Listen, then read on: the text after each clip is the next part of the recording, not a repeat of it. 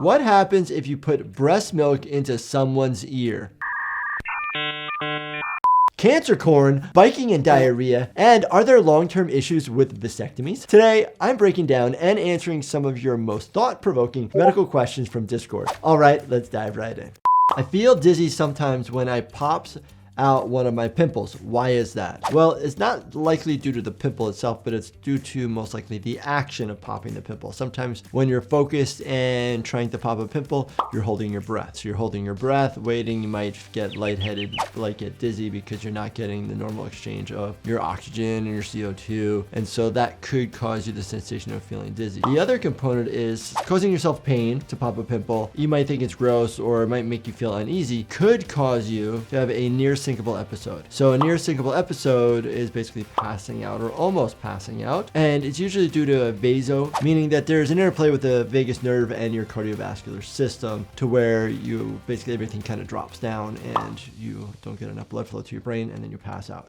Is inhaling helium to sound like a chipmunk be harmful? Yes. Why do you get a funny sound when you inhale the helium? And it has to do with the helium moves a lot faster, so the air going over the vocal cords just changes the way that they vibrate. But the helium is now displacing your oxygen, especially if you're breathing pure helium, and then now you're not getting oxygen to your tissues. And if you do not get oxygen in a quick enough time, you will first pass out because you don't have oxygen. Hopefully you're breathing the 21% oxygen of the air around us after you pass out because of too much helium, and then you're away from that, because if you continue to breathe in helium, you will die. So please be careful. Please don't do this.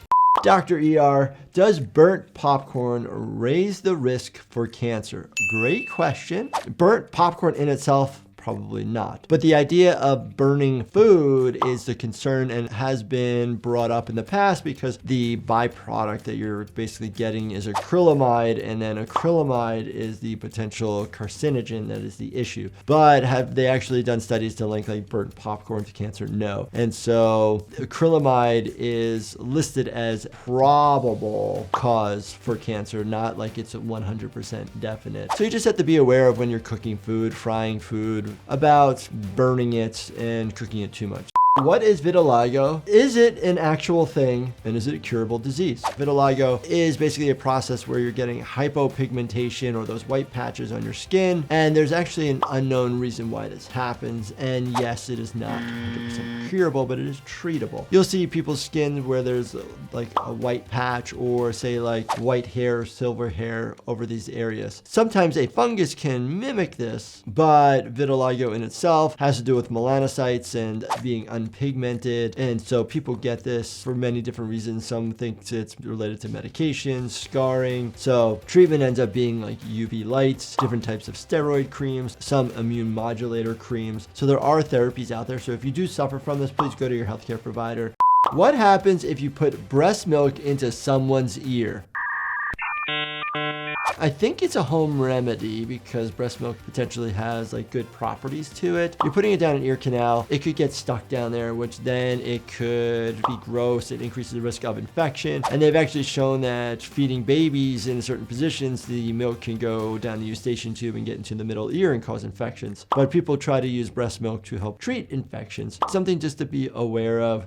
Recently had a duplex or Doppler ultrasound to test for TOS. I saw that there were some colors, red, blue, yellow, orange, on the screen and heard some noises. What do the colors represent and what do the noises indicate? Good question, actually. So the colors, majority of the colors that we're actually seeing is red and blue. Red and blue are related to blood flow, and blue just means that it's going away from the probe, and red means it's going towards the probe. Then you can see some different oranges, yellows, and greens. This has to do with intensities and then overlapping of colors. Now, noises. You will hear flow noises, so you can hear your pulse if it's over top of an artery. You can hear venous flow over top. It's more of a swooshing noise, and that's also just to make sure that the vessels are open. I'm a teenager who sneaks out to go hunting at least once a month. To do this, I have to bike about 8 miles at like 4 in the morning, but every time I do this, I come home and have diarrhea. Is this because I don't drink any water while working this hard? It's like a marathon individual or somebody who runs for a very long period of time and they have diarrhea. It's called runner's diarrhea. There are a couple of different mechanisms at work here. One, you could be sick and you could just have diarrhea. Then the other component is you're jostling around, moving around, getting your bowels moving. lungs, so everything's flowing. Then the other component is you're working so hard and you're decreasing your blood flow to the intestines and focusing on all your muscles. Thus, the absorption of water is decreasing in your intestines. So then it actually causes diarrhea to get all of that out of there.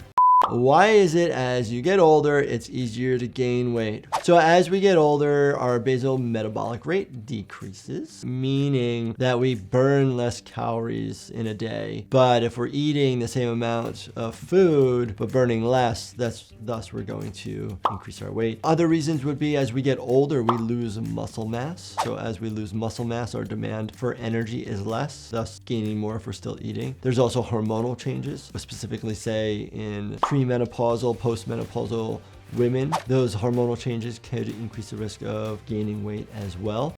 I've hit 205 BPM, beats per minute, on pre-workout. Is that bad? Yes. Could be the maximum heart rate of anybody under the age of 15.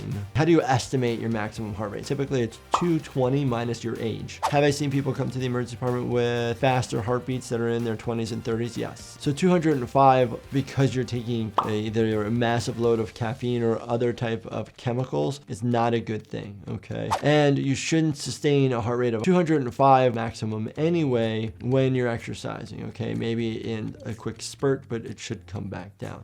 A friend of mine tells me it's a good idea to treat a cut or tear in the skin with Superglue to, quote, stitch the wound. He used regular Superglue. What do you think about this? It's kind of where the idea of the medical glue came from, right? So we use different brands, but one of the ones that we use at work is called Dermabond. So Dermabond is sterile, right? And it's approved by the FDA to close up wounds. So then they have a different combination of ingredients in it to kind of prevent being infective versus if you use Superglue, which, I mean, if you don't have anything else to stop a wound and you have to use it, sure, but it's not the best option because it increases the risk of skin irritation, allergic reactions, and it doesn't give as much, meaning it's like more crispy versus the Dermabonds. Actually, they will move kind of with the tissue so it doesn't rip, tear, or cause issues.